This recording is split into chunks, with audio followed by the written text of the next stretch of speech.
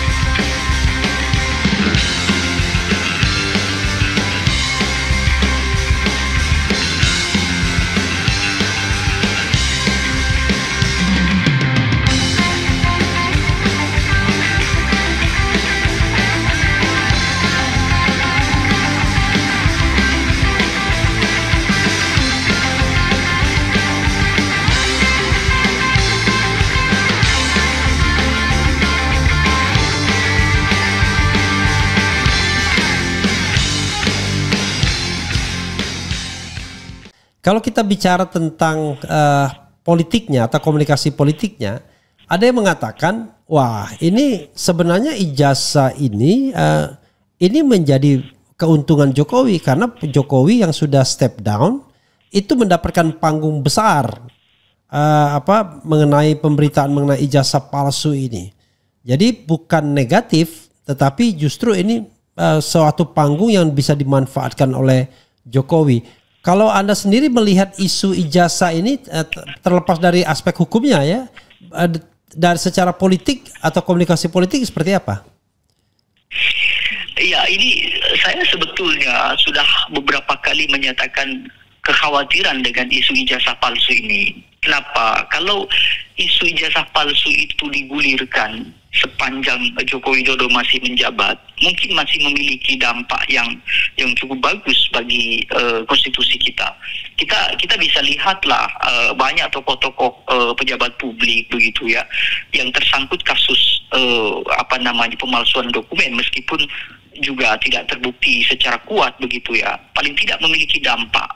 Tapi kalau Joko Widodo sudah tidak lagi berkuasa, dikhawatirkan bahwa isu ijazah ini justru berhasil dimanfaatkan oleh Joko Widodo untuk menghalau isu-isu yang lebih krusial terkait dengan aktivitas-aktivitas dalam tanda kutip kriminal yang dilakukan oleh Joko Widodo selama menjabat, dan itu lebih penting.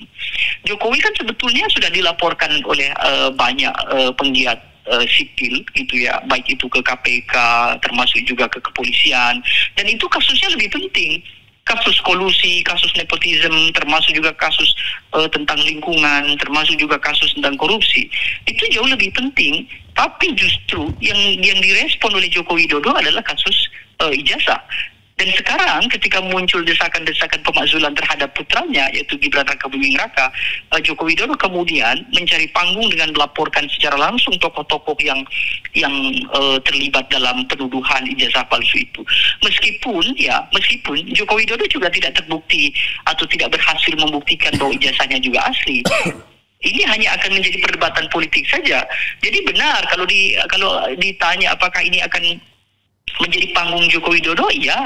Untuk itu kelompok-kelompok sipil yang tetap mendesak adanya pembuktian ijazah Jokowi palsu itu seharusnya sudah tidak perlu dilanjutkan, karena andai pun berhasil sekalipun bahwa betul ijazah Jokowi itu palsu, sanksi yang akan diterima oleh Joko Widodo sudah tidak akan berdampak terhadap publik, tidak akan berdampak terhadap kekuasaan, itu hanya akan mendapatkan sanksi personal saja, kan begitu kira-kira. Menurut Anda apa yang diinginkan oleh Jokowi saat ini ketika dia melaporkan kasus ini ke Polda Metro. Apakah dia ingin menghindar dari pembuktian ataukah dia sesungguhnya pengen menyerang balik sambil memanfaatkan panggung tadi? Ya, yang satu sisi saya kira secara politik ada hal yang perlu dihalangi. Salah satunya adalah isu riuhnya tentang pemakzulan Gibran. Apalagi ini kan isu pemakzulan juga sekali lagi disuarakan oleh kelompok dari bangsa kita yang memiliki pengaruh terhadap presiden. Bukan disuarakan oleh sipil, bukan disuarakan oleh aktivis. Kalau disuarakan oleh sipil atau aktivis, mungkin Jokowi akan tetap tenang-tenang saja.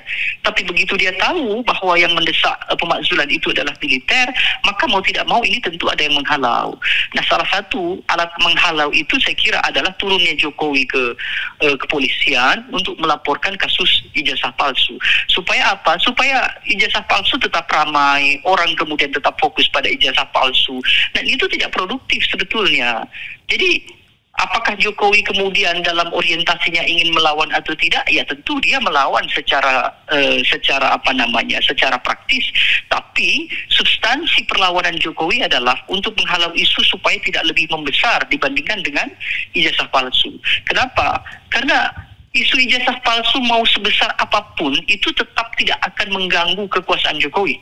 Tapi kalau kemudian yang membesar itu adalah isu pemakzulan, nah itu punya potensi besar mengganggu keluarga Jokowi, termasuk juga mengganggu kekuasaan Gibran. Apalagi ini adalah langkah pertama Gibran untuk menuju 2029.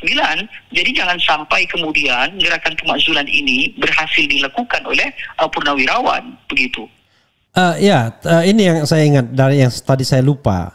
Ada semacam gerakan perlawanan juga dalam tanda kutip dari tokoh-tokoh Jenderal Angkatan Darat yang dipelopori Agung Gumelar ya, dan mungkin to some extent Wiranto juga yang menolak. Bahkan Luhut mengatakan yang menuntut Gibran dimaksudkan itu kampungan. Saya kemudian secara nakal mengatakan berarti yang kampungan itu Trisutrisno, kemudian Jenderal Tiasno Sudarto, kemudian Faro Rozi, dan Slamet Subianto dan Hanafi Asnan gitu ya, dan jenderal-jenderal lainnya. Apa yang bisa Anda lihat dari gerakan yang menolak ratusan purnawirawan ini? Apakah itu cukup signifikan, kuat, atau mencerminkan perpecahan di kalangan jenderal purnawirawan? Silakan.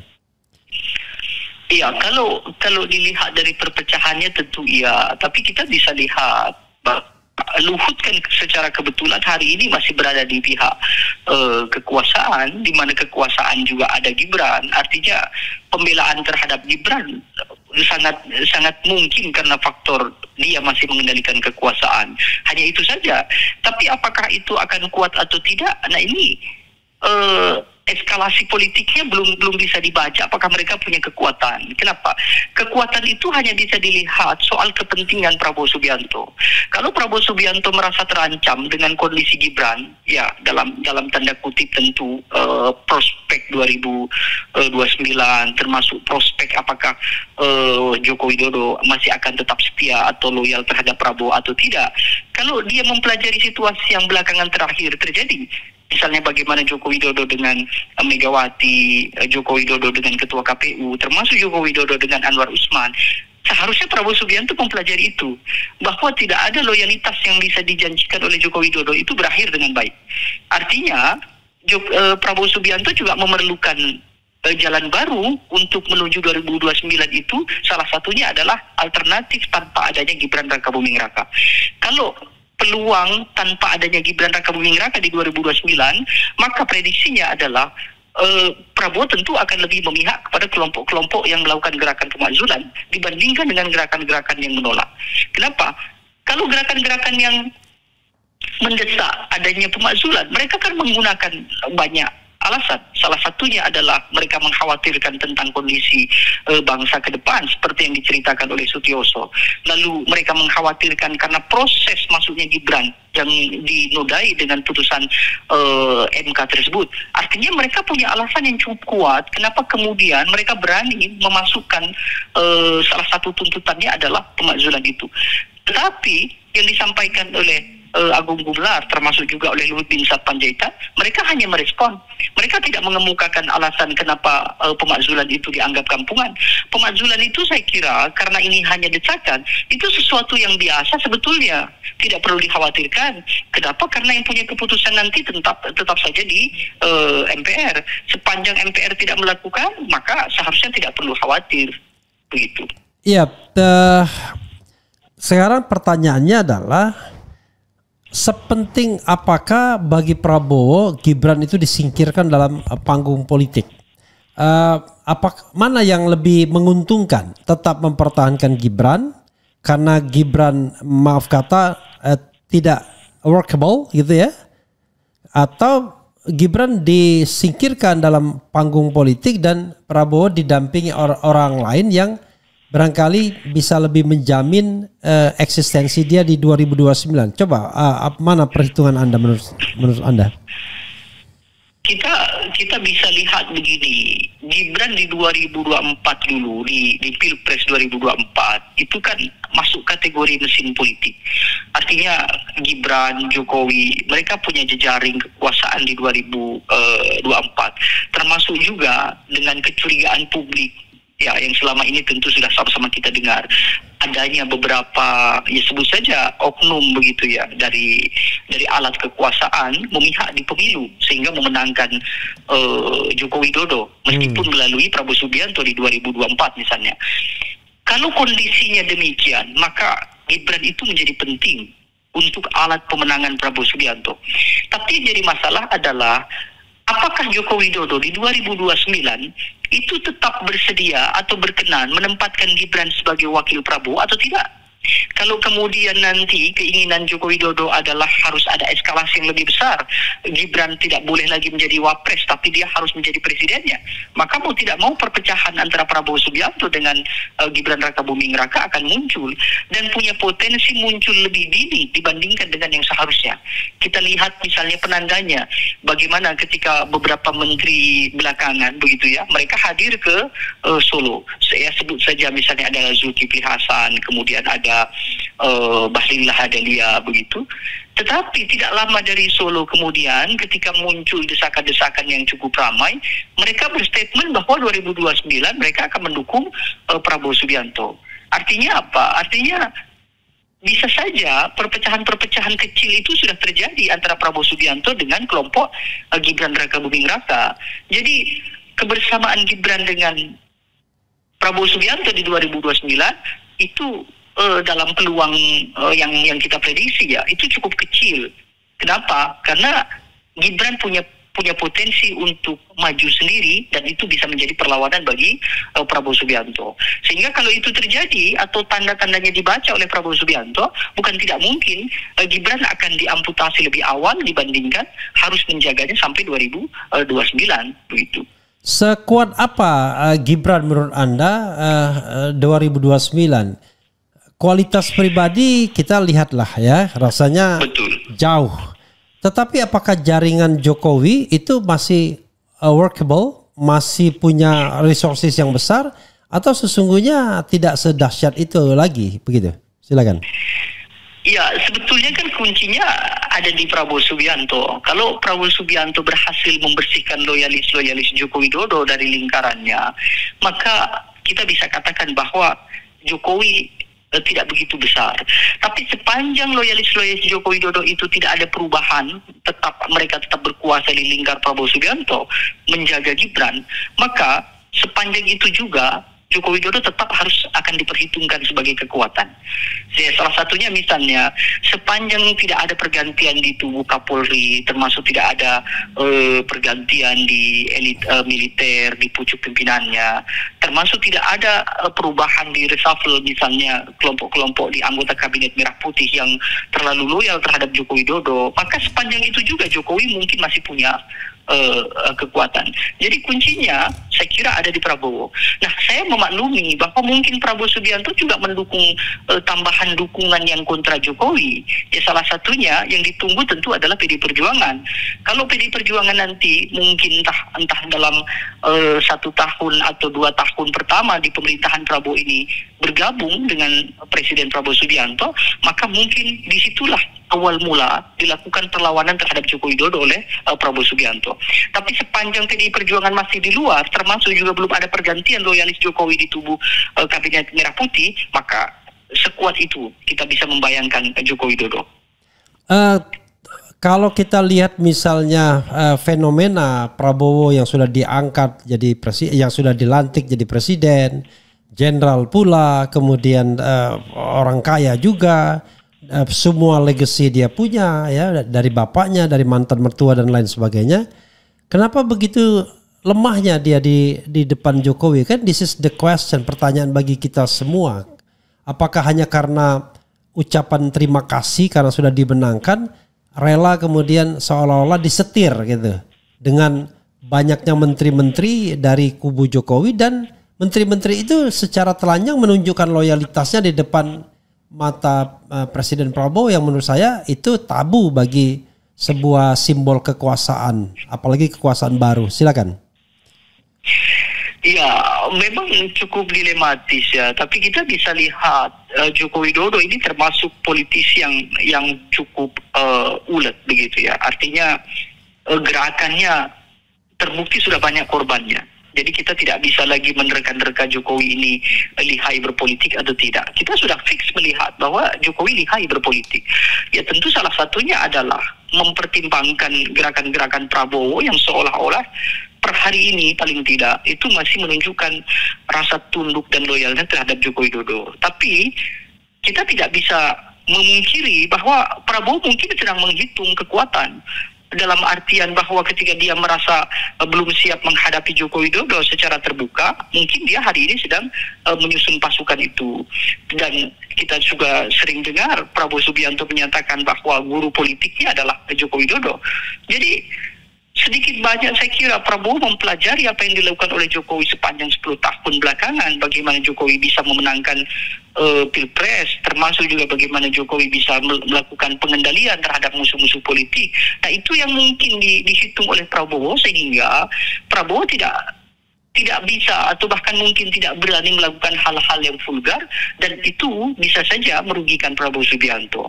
Jadi bukan persoalan Prabowo militer, bukan persoalan dia punya alat kekuasaan yang lengkap, tetapi faktanya yang sekarang berada di lingkaran Prabowo Subianto itu juga lebih banyak adalah mereka yang dulu juga ada di lingkaran Joko Widodo. Ya salah satunya misalnya termasuk Luhut bin Sarpanjaitan, Wiranto, dan beberapa anggota kabinet, kelompok dari partai politik juga masih banyak loyalis Joko Widodo begitu. Kalau Anda lihat misalnya intervensi asing atau pengaruh asing ya, yang di zaman Jokowi begitu dibukanya, China lah misalnya, dengan investasi, dengan bahkan manusia-manusianya masuk ke sini, dan itu dibilang bangsa terlatih. Apakah salah satu unsur penunjang kekuatan Jokowi itu karena topangan itu, selain oligarki, atau gimana? Seharusnya tidak. Kenapa? Karena tidak mungkin intervensi sebuah negara begitu ya. Ya kita sebut saja misalnya intervensi Cina itu melekat pada Jokowi secara personal, tidak mungkin. Cina punya kepentingan di era Jokowi karena faktor Jokowi presiden. Hari ini kalau kita mau berbicara soal hitung-hitungan dukungan Cina, kalau betul bahwa Cina memiliki kepentingan investasi, seharusnya Cina memihak pada Prabowo Subianto. Tidak mungkin dia memihak pada Jokowi. Jadi ini hanya murni urusan politik dalam negeri, kekuatan tokoh-tokoh elit internal di dalam negara saja yang sebetulnya membuat seolah-olah antara Joko Widodo dengan Prabowo Subianto ini masih saling tarik-menarik kekuatan. Kalau kita bisa lihat secara clear, saya kira Prabowo hanya dianggap merdeka dan bebas dari bayang-bayang Jokowi adalah ketika dia berani menghilangkan sebagian atau bahkan mungkin semuanya terkait dengan kekuatan-kekuatan yang dimiliki oleh Joko Widodo. Baik itu yang ada di alat kekuasaan, di kepolisian dan militer, termasuk juga di kabinet. Dan oligarki pun juga, kalau kita oligarkinya mengarah pada korporasi, para konglomerat, itu pun sebetulnya juga sudah tidak masuk akal kalau mereka masih membela Joko Widodo. Kenapa? Karena kepentingan oligarki tentu adalah kapital. Sementara kekuatan kapital itu juga hari ini seharusnya ada di Prabowo Subianto, bukan ada di Joko Widodo.